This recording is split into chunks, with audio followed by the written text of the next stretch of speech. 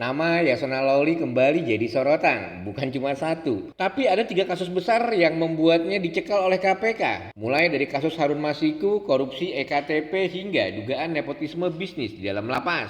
Jadi apa yang sebenarnya terjadi? Mari kita bongkar satu persatu. Kasus pertama yang bikin Yasona dicekal adalah kasus suap Harun Masiku. Ingat Harun Masiku, ex-caleg PDIP yang diduga menyuap komisioner KPU Wahyu Setiawan untuk menggantikan Rizky Aprilia lewat mekanisme pergantian antar waktu atau PAW. Nah, Yasona diduga terlibat dalam 2 hal penting. Pertama, surat putusan dan fatwa Mahkamah Agung yang digunakan PDIP untuk memperjuangkan Harun Masiku.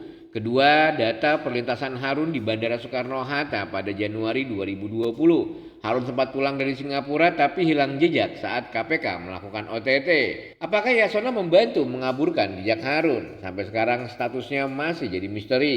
Kasus kedua, korupsi proyek EKTP, nilainya fantastis, 1,4 triliun. Yasona jadi sorotan karena dulu ia adalah anggota Komisi 2 DPR RI yang membahas proyek ini pada tahun 2012. Banyak nama besar lain yang terseret seperti Setia Novanto, Ganjar Pranowo, dan Gamawan Fauzi. Pada 2019, KPK kembali menyelidiki kasus ini. Yasona dipanggil sebagai saksi bersama Arief Wibowo dan Taufik Effendi. Tapi lagi-lagi kasus ini seperti mengendap tanpa akhir yang jelas. Kenapa? Kasus ketiga, dugaan nepotisme. Yasona dituding memberi karpet merah untuk anaknya, Yamitema Tirtajaya Lawli, memonopoli bisnis di dalam lapas. Ini pertama kali diungkap oleh aktor Tio Pakusadewo dalam wawancara di kanal YouTube Uya Kuya. Bayangkan sebuah bisnis yang katanya menguntungkan hanya segelintir pihak, bahkan dibalik jeruji besi. Kalau benar ini bukan cuma nepotisme, tapi sudah jadi masalah moral yang besar. Dari 3 kasus ini kita bisa bertanya, kenapa banyak kasus besar seperti ini sering berakhir menggantung? Apakah hukum di negeri ini benar-benar adil untuk semua? Tulis pendapat kalian di kolom komentar. Apakah menurut kalian Yasona harus segera diproses hukum atau ada yang lebih mendesak untuk diusut? Setiap kasus ini adalah ujian untuk penegakan hukum di Indonesia. Jangan biarkan